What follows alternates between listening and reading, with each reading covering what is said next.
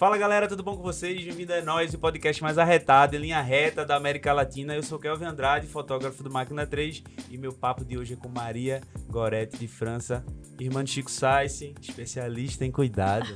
Muito obrigado pela presença, viu? Obrigada também. Para mim é uma alegria estar aqui. Antes de começar esse papo, queria dizer que isso aqui é um patrocínio da G5, o melhor receptivo aeroportuário do Nordeste. O É Nóis Podcast é uma produção do Sulfarias, que está aqui do meu lado direito e vai bater esse papo com a gente, e Máquina 3. Então se inscreve no canal, ative o sininho das notificações e vamos nessa falar sobre o acervo de Chico Sainz.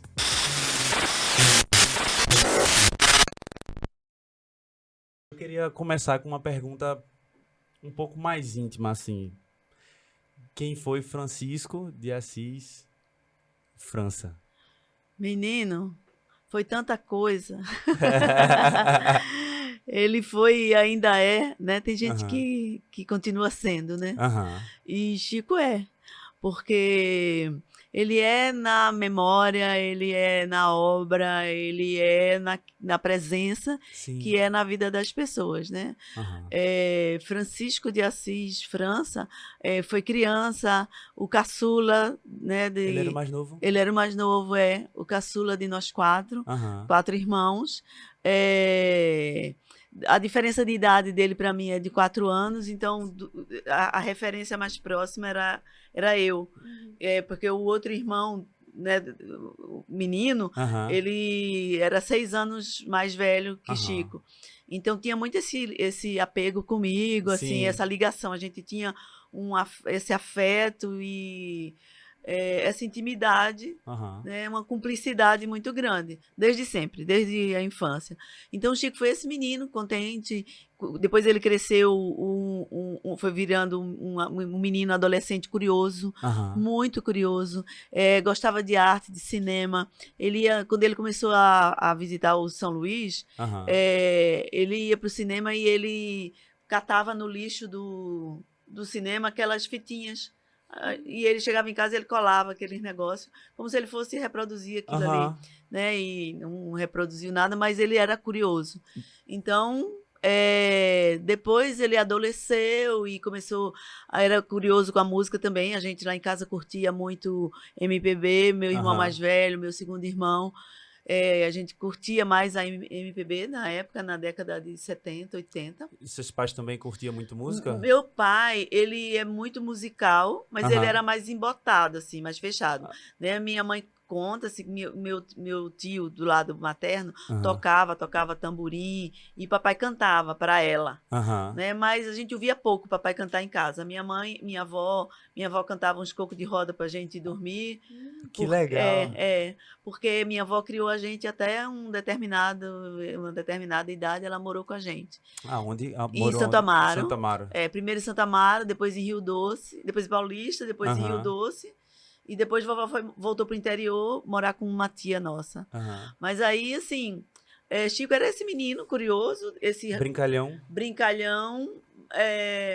mas criativo, assim, sabe? E ele trazia umas referências que a gente não tinha. Quando ele começou a se interessar por música, não era a nossa música. Ele se interessava por música estrangeira e também não era uma música muito óbvia.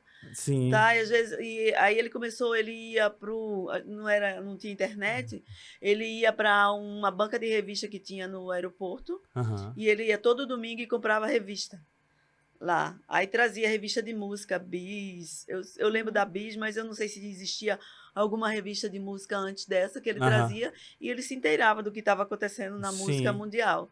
E aí ele começou a cantar na primeira banda, teve a primeira banda, Orla Orbe, acho que eu já estou adiantando as coisas. Nossa, tá maravilhoso o papo, eu tô aqui amando, emocionado. Aí ele começou a compor, né, a fazer letras, e ele era o vocalista da Orla Orbe. Orla Orbe. Chegou a gravar alguma Não, tem fita. Tem fita? Tem no acervo. Fita cassete. A gente ainda não falou sobre o acervo, mas a gente vai chegar lá, mas no acervo tem essas. Tem cassete do Orla Orbe. Massa. E depois a Lustal, que foi inspirado num quadrinho francês, que chama Lustal. Depois ele teve um projeto meio rápido, acho que com o do Peixe e outro menino, acho que era Fábio Aranha, que chamava Bom Tom Rádio, que dançava break de rua, com aquele rádiozão nas costas, assim. Ele era b-boy. Isso. E, por fim, ele conheceu Gilmar, né? Gilmar Bola 8, lá na Imprel, que ele trabalhava na Imprel. E ele começou Aí Gilmar levou ele para conhecer o Daruê Malungo, conhecer o pessoal do Lamento Negro. E aí começou a criar a concretizar essa coisa mais de misturar os ritmos até chegar na Nação Zumbi. Nação Zumbi, Chico Sainz, no Nação Chico Zumbi. Sainz. Tu sabe por que foi que colocaram o nome dele Chico Sainz? Essa pergunta era de Sueli, mas eu roubei. Segundo me consta nos autos, que foi Renato L. que apelidou ele de Science, porque ele é por conta dessa alquimia rítmica. Então, que ele era o cientista dos ritmos. Que legal, né? Isso é e aí ele fala, né? No site está lá, Departamento de Ciência Quântica. É muito bom. Gente, eu entrei no acervo e ele aparece, é genial. Quem teve essa ideia de colocar aquela imagem dele falando, vocês estão me vendo, mas na verdade não... Foi Luíse, a filha dele. Maravilhosa, Luíse. Inclusive cantou no show lá da Macuca, maravilhosa. Luíse, você tem que vir aqui também, tá? Por favor. Muito legal. Foi Luíse. Como foi que começou essa história do acervo, assim? A ideia foi sua? Foi... A ideia do acervo sempre foi um desejo, a gente... ter uma forma de preservar, ter um lugar para salvaguardar tudo isso, né? Então, desde que Chico morreu, eu peguei tudo que era dele. Tinha coisas comuns que você sempre tria de alguém que vai embora para doação, né? Teve coisas que a gente doou que não eram coisas que fazia parte do acervo do artista. Mas aquilo que tinha a ver com ele, artista, a gente guardou. Roupas de show, óculos, chapéus, bonés, tênis, muita coisa assim, e os papéis. Porque Chico, ele sempre teve um caderninho, sempre teve um Moleskine que andava com ele ali anotando coisas, né? Não era essa época do caderninho de notas do celular que a gente tem hoje. Ele tinha um caderninho e ele levava o caderninho por onde ele ia. E ali tinha agenda de compromissos, telefone de pessoas, ideias de músicas que chegavam, arranjos. Né? Como ele não estudou música, o arranjo dele é juntar a batida de não sei o que com não sei o que lá e botar o pedal de não sei o que, da uauá, tem umas coisas assim. E ele escrevia tudo isso nos cadernos. Também escrevia letras, também escrevia bilhetes, também escrevia recados, dependendo do tipo de caderno. E aí eu juntei esses cadernos todos, botei numa caixa, porque eu entendia que aquilo ali era a parte mais sensível do acervo. E a gente precisava preservar porque era muito sensível. Então, eu me mudei daqui de Recife e por onde eu fui, eu levei a caixa com os cadernos. As outras coisas ficaram, né, a princípio no apartamento onde a gente morou, depois ficaram com a minha mãe, na casa da minha mãe, sempre tendo um lugar específico para guardar. E os cadernos e as folhas avulsas, que são muitas, também eu levei. Então, durante anos e esperando o momento de fazer alguma coisa, de entregar isso para o mundo. Né? Porque é uma injustiça você ter tudo isso guardado, né? Um egoísmo, e não entregar. Mas não tinha recurso.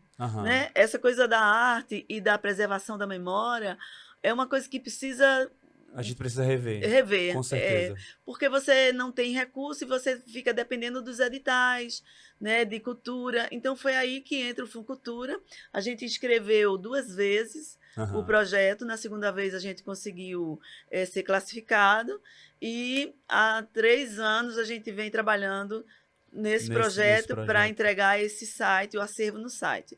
Mas antes disso, já em 2014, Luíse já adulta, a gente começou a mexer com isso e pensar, ela e Sonali Macedo, que fez a direção de arte do projeto todo e fez também o design do site, a pensar como a gente poderia pegar aquilo e fazer um livro. A ideia primeira era um livro, que agora não é impossível, porque como o acervo foi todo restaurado, né, que ele passou por um processo de catalogação total. Não sei se vocês viram ontem a live não. porque a empresa que fez de museologia, que fez a preservação do acervo, ela estava lá no evento. Então, ele foi todo catalogado, todo limpo e conservado, preservado, feita a fase de limpeza. Depois foi tudo digitalizado em mais de uma resolução. Então, permite hoje que a gente tenha, que a gente use o material para livro, para banner, para expandir, para diminuir, para tudo. E foi me entregue isso, né, num HD externo. E foi entregue também o material todo acondicionado em meio físico, da forma adequada. Depois de tudo. Então, assim, o material era uma caixa só, uma caixa enorme, branca, com tudo isso dentro. E hoje eu tenho mais de 20 caixas, com todos os cadernos acondicionados da forma adequada e os papéis também. O que foi que mais te chamou a atenção, assim, nesses documentos? Um bilhete, qualquer coisa, assim, que tu se apegou, porque sempre tem uma coisinha que você se apega. Tem um que eu me apeguei desde a primeira vez que eu vi, que é um papelzinho pequeno, assim, que eu encontrei num bolso de roupa dele, depois que ele morreu, que tinha escrito assim: morreu de viver demais. SC. SC de Chico... CS, aliás, Chico Sainz, né? Morreu de viver demais. E aquilo me deu um impacto, assim. Tem outro também que tem num cartão... que a gente usou no primeiro ano ou foi no primeiro ano ou foi no 7º dia de missa dele, que ele fala que a esperança é quando a dor presente nos faz tentar outra vez. Eu acho isso muito legal, né? Agora, mais recente, porque assim, eu sempre mexi muito nos cadernos, por essa coisa mesmo de me familiarizar, de estar ali revolvendo, de estar vendo com o Luiz, de estar vendo com o Sonali, e de ir pensando como trabalhar com isso. Então, agora, para usar no site, a gente precisou rever tudo, ler mesmo. Então, assim, tem umas coisas, o cara era muito do futuro, sabe? Tem umas coisas dele futuristas, assim, que ele é a própria parabólica, sabe? O neomovimento, que tem como é que chama? O ícone, né? É a parabólica fincada na lama. Ele é a parabólica, porque, assim, ele foi muito além, ele é muito atual. Né? Dentro do glossário lá no site, tem uma parte que ele escreve Enter, né? Que é tudo, e tem uma parte que ele coloca lá qual é a definição de Del. Sabe? Então, trabalho escravo, midiotia, isso tudo é Del. E já era Del para ele, assim, ele já estava deletando, assim. Que foda, o cara, assim, é fantástico. E tem umas coisas também, tá vendo? Eu não consegui falar uma coisa só, né? Tem umas coisas lá que ele tem aquela história de Pernambuco embaixo dos pés e a mente na imensidão, né? E ele, assim, eu tinha esquecido dessa parte, mas ele listou várias constelações. Então, ele tinha a cabeça no universo também, encantado com as estrelas. Eu acho que se ele tivesse aqui, ele já teria o telescópio dele, e ou então já teria tido essa fase de observar estrelas, né? De ouvir estrelas, ora direis, ouvir né? Estrelas. Eu fico pensando assim, às vezes eu paro para pensar o que ele estaria produzindo hoje, sabe? Tipo, porque não é possível que ele parasse, né? De tipo, acho que ele ia estar mostrando a gente outras coisas muito mais além, assim. Você já parasse para pensar nisso? Já, mas é muita responsa você pensar o que um cabeção desse, né? Ia estar fazendo hoje, não dá né? Pra gente tem uma coisa que ele falava e que ele não conseguiu fazer, que era produzir uma banda de mulheres. Eu acho que por conta dessa coisa do Mangue ser muito masculino, né? Ele tinha muita vontade de ter uma banda que fosse só de mulheres. Nossa. Ele era era o homem que amava as mulheres. Ele namorou muito? Ele namorava muito, mas ele era, como é que a gente chama? Ele tinha monogamias seriadas. Assim. Seriadas, muito bom. Ele era monogamia seriada. Assim, ele se apaixonava, ele era intenso, ele era inteiro, mas quando passava, aí trocava, né? Assim, mas a cada mulher que ele amou, ele se entregou muito, né? Eu me lembro de algumas, né, de Risoflora, do último amor dele, que foi Charlene, assim, muito lindinho. Ele era muito apaixonado e muito inteiro. Muito inteiro, né? E como era? Eu não sei se a filha dele chegou a conviver com ele. Conviveu. Quanto tempo, mais ou menos? Eu acho que no ano que Chico morreu, ela fez 7 anos. Então, Se eu não estou enganada. como foi a chegada dela, assim, A na che- vida dele? Sei. A chegada dela, assim, engraçado que eu acho que não tem nada a ver com o site, Não, mas... mas tem veio, tudo, né? Mas tem tudo. Mas tem tudo, assim. É. Foi uma alegria pra gente, pra Aham. nós todos, né? Ela foi a terceira sobrinha Aham. da nossa família. Chico era encantado com ela. Ele falava, eu me lembro mais de perto ela já grandinha e ele dizendo assim que tinha ciúme dela, que já tinha ciúme dela pensando quando ela crescesse. Assim, ela era muito lindinha, feito como ela ainda é, né? Aham. Então, era um amorzinho para ele. Que massa. Além do site, vocês pretendem fazer mais alguma coisa? Sei lá, Na verdade, o carro-chefe do projeto era a preservação do acervo, Aham. para a gente não ter nenhum tipo de extravio, Aham. né? E aí a gente inscreveu isso e a gente queria dar uma contrapartida. A contrapartida foi o site. A princípio, quando a gente propôs o site era, como ele era a segunda coisa, Uhum. né? Não era a coisa mais importante a coisa mais importante para a gente era preservar. A gente não deu tanta importância, não sei se a palavra certa é importância, mas depois que a gente começou a ver o quanto era necessário que aquele acervo ganhasse o mundo, Aham. sabe? Que as pessoas pudessem conviver com aqueles chicos todos que estão ali. Uhum. O site ganhou outra dimensão para a gente. E ele hoje, a nossa pretensão é que ele receba depois o restante do acervo. Aham. Que a gente possa fotografar tudo e ter isso virtualmente acessível. Uhum. Os chapéus, os óculos, fotografias, tem muita Fotografia, fotografia que precisam ser restauradas também. Aham. Mas a gente precisa de mais incentivo. Fica aí um aviso para os Vamos falar diretamente com o João Campos, né? Que é o... Não só ele, né? O Não, Estado João Campos- também. Raquel. para a iniciativa pública. Para iniciativa. Isso. Mas João Campos agora está engajado com a cultura, com essas questões mais sensíveis da gente. Eu acho que ele poderia... Eu não mandaria recado diretamente para nenhum deles. Não, Desculpa. João Campos, por favor. Mas para todos, para a iniciativa pública e privada, porque eu acho que a gente tem que ter uma atenção mais especial para a cultura e para a memória. Porque se a gente se perde disso, a gente perde a identidade de povo. Sim. Sabe? De nação. E a gente precisa disso, porque senão a gente cai na barbárie. Se a gente esquece quem a gente é, de onde a gente veio, as nossas raízes, a gente corre um risco muito grande de cair na barbárie. E isso é muito complicado, porque para sair depois é muito mais investimento, muito muito sofrimento, e muita luta, e muita perda de vida mesmo. Exatamente. Então, eu acho que a gente tem que ter um olhar, uma atenção especial para a cultura, porque ela pode salvar a gente. Demais. Sabe? Na civilização.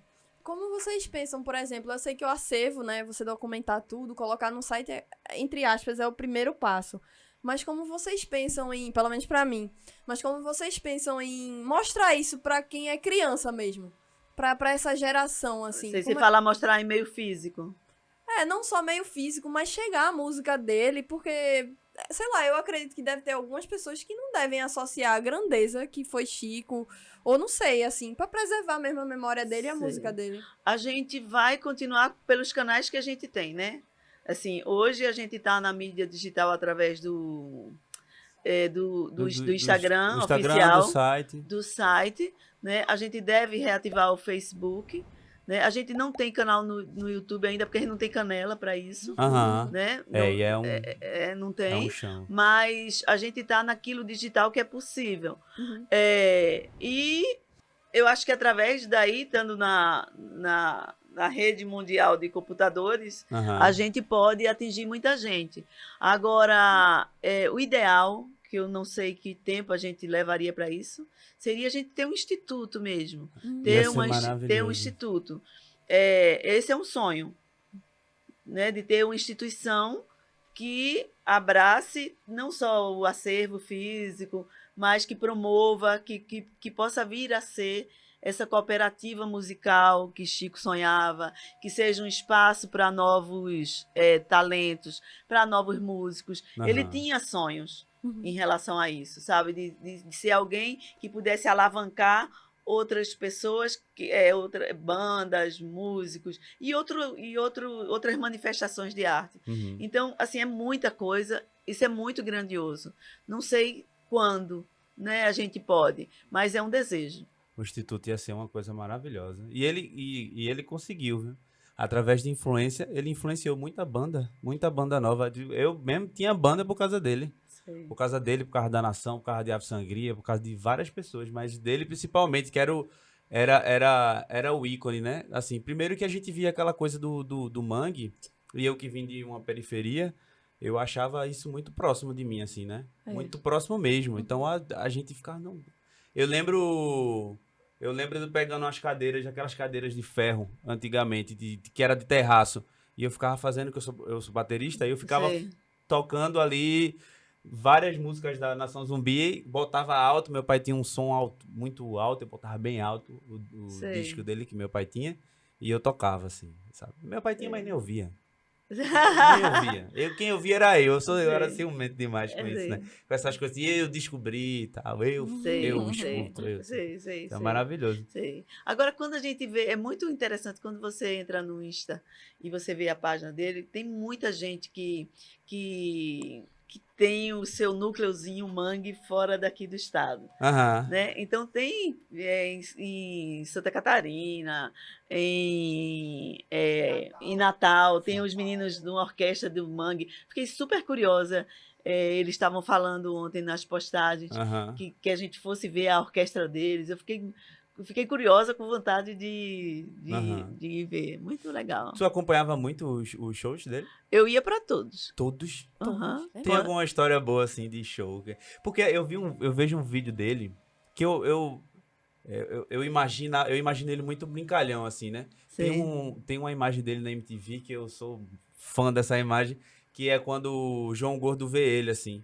Aí João Gordo, chegou aqui, ó, chegou o Chico, bem-vindo ao capitalismo, Chico sai ele pega, eu acho que João Gordo tava com charuto, ele pega o charuto de João Gordo e começa a fumar e fazer uns... Eu acho aquilo fantástico, assim, é a melhor forma de chegar pra mim. Eu posso falar? Pode. Aqui. Mas você lembra que o João Gordo disse quando ele passa o charuto, chegou o mercador de ideias. O mercador de ideias, chegou o mercador de ideias. Muito bom isso. Chegou o mercador de ideias e ele lá. E foi no limusine, né?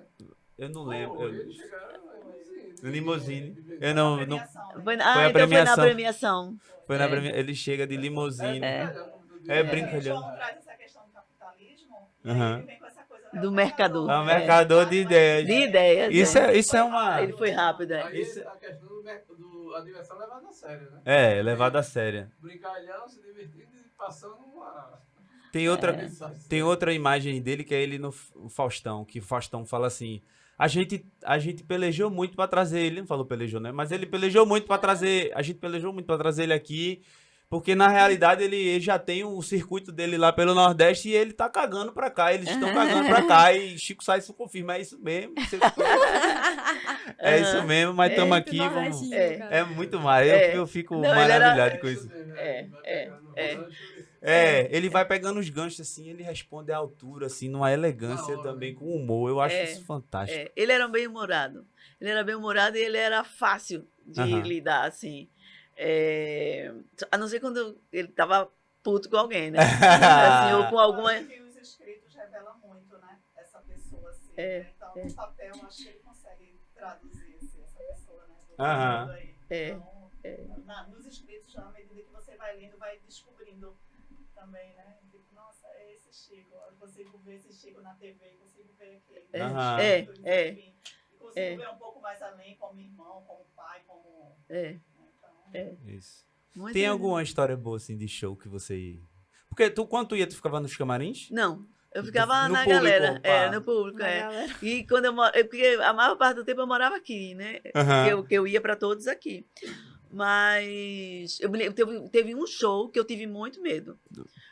Por quê? Porque ele era doido mesmo, né? Assim. E aí, nos shows, tinha aquele negócio das pessoas... Eu não sei como é o nome disso, que pula e os outros agarram a pessoa e fica assim... É o mosh. Dá um mosh. É o mosh. Mosh, né? E aí, foi lá em Natal. Uhum. O show começou tarde, que só, assim, aquele monte de gente. Pode chamar palavrão aqui? Pode. Pode. Mas... Aí... Não sei porque eu não falei ainda. Aí, e eu tava lá no meio da galera, quando eu vi, cara, ele começou a fazer assim no palco, porque os meninos que estavam embaixo subiam no palco e pulava. Subia no palco e pulava a turma. Aí ele começou a fazer assim, e o pessoal atiçando assim. Aí ele pulou. Nossa. Ele pulou. E eu fiquei assim... Com muito medo dele. Com muito medo. Mas deu tudo certo. Eu ia dizer com aquele negócio na mão. Mas por quê? Com medo dele se machucar? Com medo dele se machucar, porque o pessoal começou a jogar ele pra cima. Assim, né? E dele cair, sei lá, era aquela coisa uma coisa meio maternal, assim. Era baixo, Aí eu acho que ele fez por isso, né? Sim. Uma convicção, uma firmeza. E depois botaram ele lá direitinho, assim. O bom é isso, né? Botaram ele lá direitinho, com o mesmo cuidado que agarraram ele. Que massa. E como eram os bastidores, assim? Quem é que aparecia nos bastidores que às vezes a gente não sabia, assim? Na casa, né? Alguém. Você fala nos bastidores de show? Sei lá, se vai aparecer algum encontro com um artista, assim, a gente não sabe. Camarim, isso mesmo. Não pude. Fui todos os shows aqui, mas eu não chegava até o camarim. Eu tinha uma distância, eu tinha um respeito com ele. Eu acho que ele ficava com a gente, né? Fora, conversava. Aí nós faltava 10 minutos, ele ia pra concentração, ia pro camarim. Aí ele não ia. Eu tinha um respeito dele, e ele tinha uma postura muito profissional, né? Até a gente mesmo. Aí eu era curioso. Hoje eu vou pro bastidor de Nação Zumbi, vou pro bastidor. Que massa. E no Distrito eu não fui, porque devia ser curioso. E muito organizado, né? Nos escritos também isso é revelado. Isso é revelado, né? Então tem listas, né? Ele era muito organizado. Ele era meio que produtor dele, sabe? Assim, porque tinha produção, a coisa, mas ele era disciplinado, organizado, tudo tinha listas, sabe? Tudo, as ideias. E ele jogava em todas as posições, assim. Ele idealizava o palco, porque hoje você tem o iluminador, tem aquele cara que faz né, a gente vai para alguns shows. O diretor de palco. Tem aquele pessoal que como é que se chama? Projeta coisas, né? E naquela época não tinha muito. Eu fico testado. Ele dirigia também a coisa, né? Sim, você tem os desenhinhos de palco, assim, tem nos caderninhos, tem. Aqui as caixas, aqui não sei quem, aqui não sei o quê. Mapa de palco. O mapa de palco. Ele fazia tudo. Que maravilha. Muito. Ele era, por isso que eu tô falando, ele se dirigia, né? Ele se dirigia muito bem. Tem algumas... Eu gosto de saber das histórias de infância, assim, de vocês, assim. Tem alguma história que ficou marcada pra tu, assim, foi marcante e tal? Da relação de vovô, porque você falou que era mais próxima dele, né?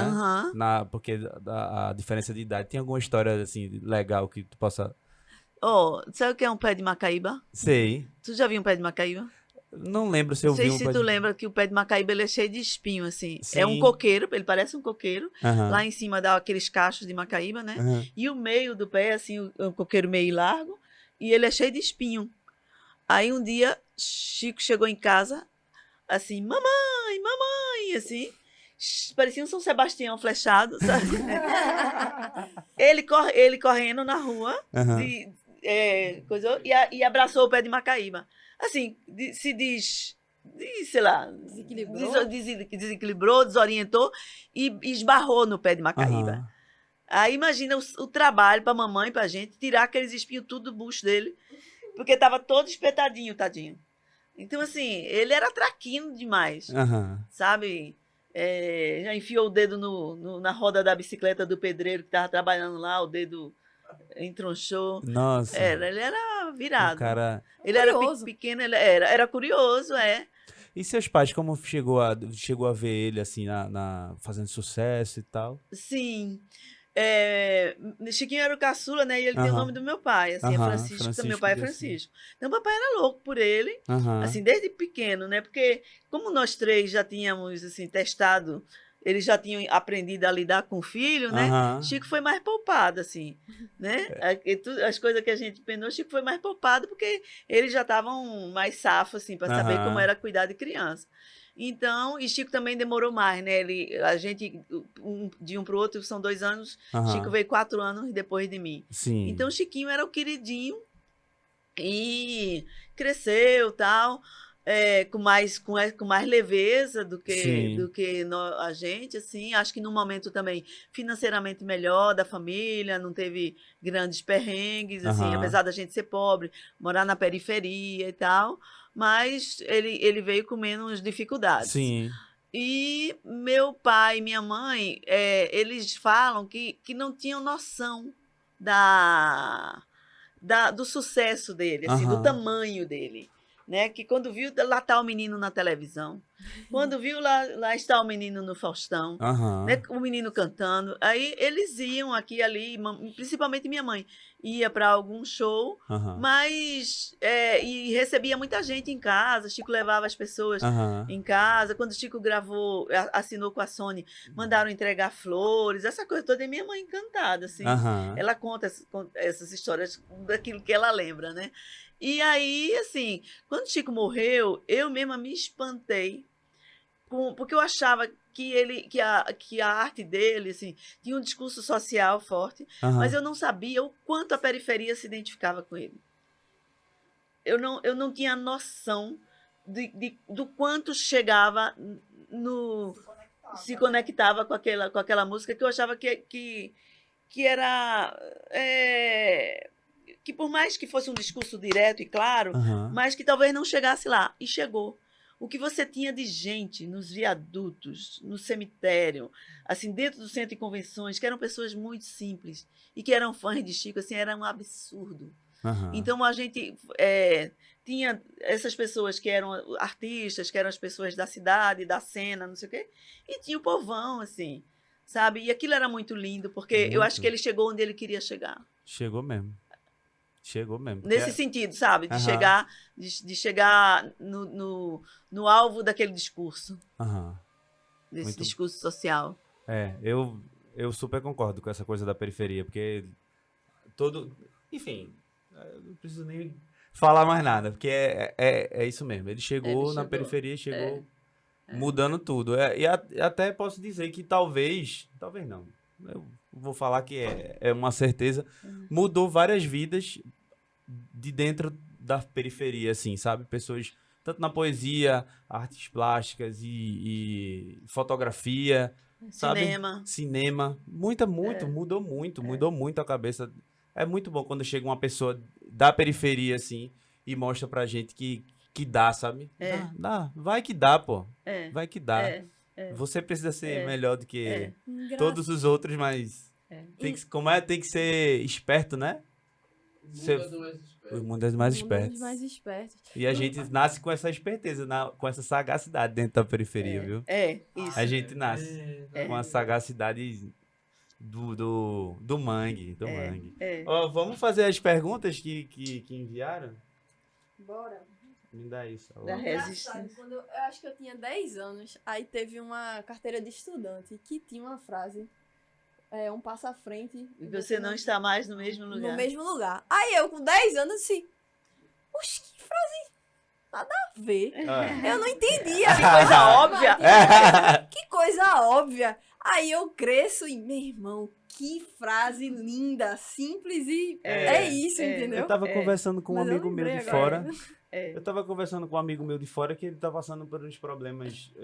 Essas coisas que a gente tá passando hoje, ansiedade e tal. E ele tá meio indeciso no que quer fazer, né? Sei, aí eu disse assim, olha, tem uma frase de Chico Science Nação Zumbi que fala que não há mistérios em descobrir o que você é e o que você gosta. E o que você faz. Aí ele fica repetindo, e o que você faz? Sugerindo que você sabe e perguntando o que você faz. Essa é a pergunta, né? Aí eu mandei pra ele achou maravilhoso, que ele não conhecia, Chico. Ele não conhecia. Quer dizer que as pessoas têm potencial. Exatamente. Todo mundo tem, né? Ele desperta. Aí eu mandei. Frase... Maravilhoso isso. Então Vamos para as perguntas. Primeiro eu vou passar um áudio aqui. A minha pergunta é o seguinte. No ideário, assim, do fã, a gente tem muito Chico como um cara pra cima, um cara muito alto astral, alegre, bom de papo, né? Bem-humorado. Mas eu queria saber se ela, ao ler todos esses cadernos, todas essas anotações, ela também se deparou com um Chico melancólico em alguns momentos, mais introspectivo, revoltado, esse tipo de coisa, sabe? Se houve momentos ali que ela percebeu uma vulnerabilidade no Chico. E eu acho legal de saber disso, de fazer essa pergunta, muito no sentido de saber que ele era uma pessoa como qualquer outra. É também humanizar essa imagem de ídolo que os fãs têm, sabe? De, olha, tinha dias que ele não acordava bem, tinha dias que não dava tudo certo na vida dele. E como é que ela sente que, né, ele talvez lidasse com esses momentos mais delicados a partir dessas escritas todas que ela releu com esses cadernos. Olha aí. Ela sou eu, né? Sim. Ela é você. Ela sou eu, tá ótimo. É interessante que eu sei muito mais disso pela convivência do que pelos escritos, porque assim, os escritos são a consequência desse Chico aí, pessoa, né? E ele era alguém assim muito sensível. A gente era muito companheiro.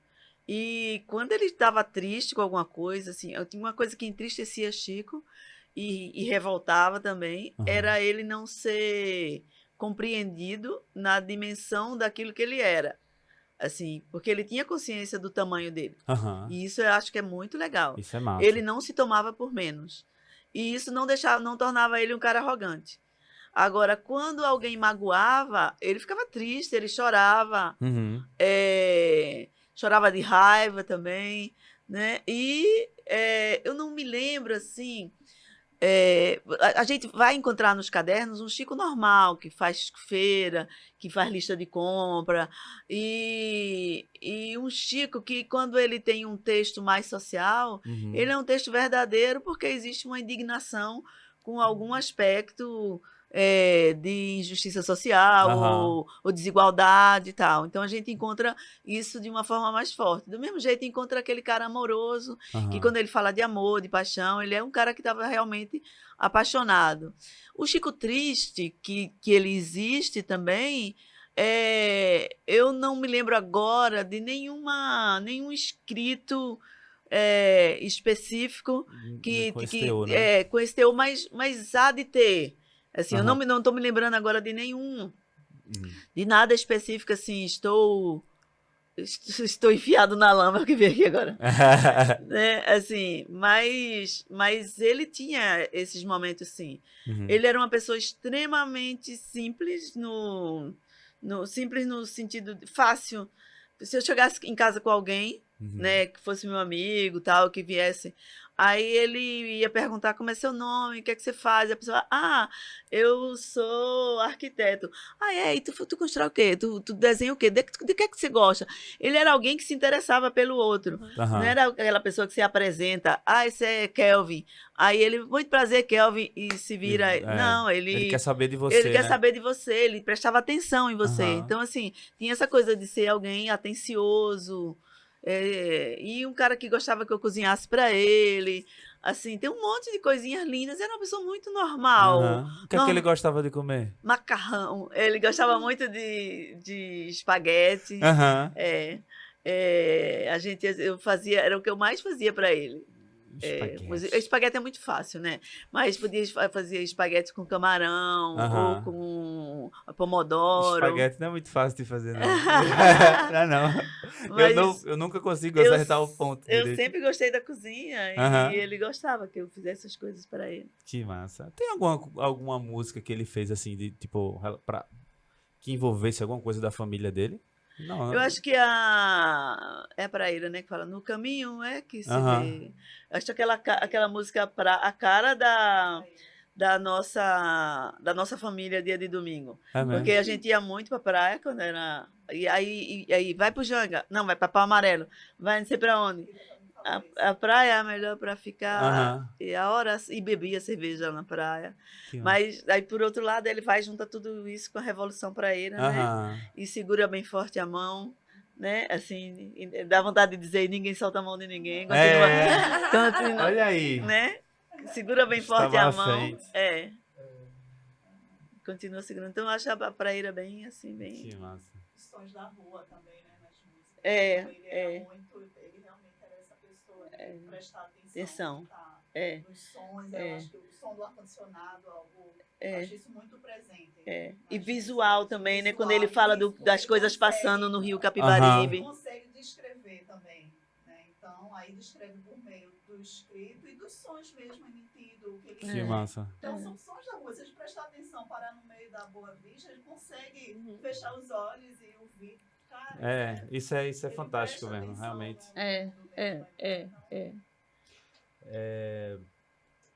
A Lucy Pires pergunta o seguinte: como foi feita a escolha dos participantes da criação do projeto, desde os produtores até os colaboradores? Pois acredito que haja muita afetividade. Isso todo mundo deve ser fã. Começou que, na verdade, Priscila foi quem puxou mais a gente, porque tinha o desejo de fazer alguma coisa, mas não dava o passo, né? E ela é responsável por isso, assim, de ficar no meu pé. E vamos. Priscila que está aqui. Priscila Moreira, que está aqui na minha frente. Muito obrigada, Pri, por insistir tanto comigo, assim. E eu, reticente, assim, será que eu vou ter tempo? Será que eu vou dar conta? Eu ainda estava trabalhando, né? Agora eu já estou aposentada, mas eu estava trabalhando. E aí, Pri, vamos escrever. Ela começou a escrever o projeto todo, eu ajudei um pouco, mas ela fez todo o arcabouço. E aí veio o Luiz também, que é filho, então entramos nós três e a gente convidou Sonali para nos assessorar. Só que Sonali Macedo, ela é designer gráfico, ela que eu já falei, né? Fez a direção de arte do site, desenhou o site e jogou em todas as posições. Ela assessorou a gente o tempo inteiro em projetos e assim, eu acho que foi a maior aquisição nossa, porque através de Sonali a gente chegou em Fernanda Carneiro, que deu muito norte assim também da questão do marketing digital. Sim. Né? Ela é excelente. Aí, através de Nanda, a gente foi costurando a questão dos prestadores de serviço do site, que isso deu muito trabalho, até a gente chegar de novo, através de Sonali, em Geoás, da sua presença digital. Eu esqueço o sobrenome de Geoás. Geoás Farias, né? Que topou fazer o site, que é um site que ele não é óbvio, né? Ele é muito analógico, eu não sei se é essa palavra, mas o Sonali gosta de falar que ele que não é high-tech, é low-tech, porque não tem acrobacias, não tem como é que chama? Pirotecnia. Ele é do jeito que Chico era, porque Chico fazia com ela muita colagem, fanzines, coisas assim. Ele trabalhava muito com ela, com essa nossa amiga. E aí a gente foi meio que, acho que talvez o patrão, que é Chico, ele foi juntando a gente e a gente foi trazendo para esse grupo mais e mais pessoas apaixonadas. A gente chegou na Museu, que também são mulheres, né, através de outra pessoa que trabalha no Museu de Belas Artes, no Rio, que é amiga de uma amiga minha, que foi a última namorada de Chico, e que ela trouxe o marido dela, que é especialista em acervo, e eles indicaram 3 pessoas para a gente ir atrás, quando a gente não tinha nem projeto. E aí a gente convocou a Museu para pedir proposta, e elas apresentaram a proposta, e trabalhar com elas foi, assim, de uma felicidade, porque elas são muito competentes. A equipe de patrimônio, que maravilha. sabe? São profissionais muito competentes. Então a gente foi muito feliz. Não sei se essa palavra está gasta, mas eu ainda sou. Nós fomos e eu sou feliz dessa empreitada. Isso é maravilhoso. Que bom que vocês se encontraram para fazer isso. Como era o processo de criação das músicas para Chico? Pelo que a gente... Aí é uma coisa que a gente vai ver nos cadernos, né? Mas que tem muita coisa, muitas anotações, pequenas anotações, assim, do que ele queria juntar, do que ele queria fazer, né? Ele fala lá, por exemplo, que ele queria fazer uma música sobre uma determinada estrela, ele não chegou a fazer a música, que é uma estrela da constelação de Câncer, né, que é do caranguejo. A estrela que está na patola do caranguejo chama Cubens. Aí ele queria fazer uma música. Então ele ia escrevendo as coisas dele e às vezes ao acaso, você vê que ele anota uma ideia, que ele passou num lugar e viu uma coisa, ele anota aquilo ali, depois aquilo vira música ou entra num pedaço de música. Que magnífico. Aí temos outra pergunta aqui que é muito interessante. Como vocês descreviam o impacto que Chico Science teve em suas vidas e na vida daquelas pessoas que o cercavam, né? Você fala meio família, será? Porque eu acho que sim, né? Quem estava mais próximo, pelo que eu entendi, o cercavam, né? Porque assim, na verdade, a gente conheceu o Chiquinho, né? E mamãe, né, que as pessoas que o cercavam conheciam mais ele nessa intimidade do que o Chico Science, né? E aí, de repente, o menino sai e pula no meio do palco, né? Porque ele não vivia pulando, não vivia pulando dentro de casa, assim, daquele jeito, dando aqueles pulos, nem dançando coco. Em casa ele ouvia música, ele escutava Billie Holiday. Esse comentário tá falando, né? O cara só viu pulando no palco, né? Só viu vindo música e... O palco ele escutava Billie Holiday, ele escutava Willy Bobo, mas ele já Science, né? Ele, no fim, ele estava começando a apreciar a MPB, chegou de viagem com um monte de discos, tinha do Lobo, eu acho que tinha Elis Regina, coisas assim mais bossa, e a música, aquela música que Lenine musicou, Samba, que ele musicou como Samba e Beleza, ele passou o dia, no dia que ele morreu, ele passou o dia no violão ali, como meio João Gilberto, sabe? Ô, samba! Era uma coisa assim meio... que não era aquele cara do pulo lá. Então, quando a gente o via naquele estouro né, naquele com foguete embaixo do pé, dos pés, era um artista. Eu acho que a aba de influências, acho que mostra um pouquinho, espelha um pouquinho desse... A aba de influências. Lá no site. Então, lá na aba de influências tem vários perfis, assim, que tem os, Darué Malungo, né? Massa. Assim, né? Então, dá para entender uma rede de influências dele que ele tem uma visão muito ampla, assim, de arte, né? Então, tanto daqui quanto de fora. E como ele se reconhecia nessas outras pessoas ou movimentos que influenciaram ele. Então esse acervo está completíssimo. Quem quiser olhar agora, como é que faz? Quem quiser acessar agora. www.acervochicoscience.com.br. Aí você vai saber de tudo e mais um pouco. Isso. Ainda vai ver a letra dele, Ainda né? vai ver a letra dele. Vai ver a letra dele. E ele por ele mesmo. Porque assim, tem muita coisa lá que o site é todo feito com recortes também das letrinhas dele. Que massa. Aí temos aqui mais uma pergunta que eu acho muito interessante você responder isso. Quais são algumas das maiores lições que vocês aprenderam com Chico Science, seja pessoalmente ou através da sua música? Eu acho, para mim, a maior lição é essa da inteireza. Sabe? De ser inteiro. E de você não se tomar por menos. De você saber quem você é e você não admitir ser aviltado, assim, ser diminuído, Sim. sabe? De estar inteiro em tudo, sabe? Tinha um poema de Pessoa que ele gostava dele, que ele fala disso, assim, sabe? Põe quanto és em tudo que fazes. Esse é Fernando Pessoa.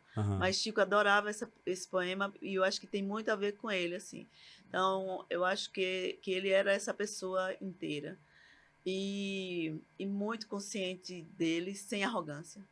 Quando a gente... É engraçado que eu não sei de quem é a frase, mas a verdade não faz barulho, né? Aquilo que é verdadeiro em você não precisa sair gritando, precisa se exaltar, que é você. É você. É isso. E ele era isso. Ele é, né? Ele é, isso.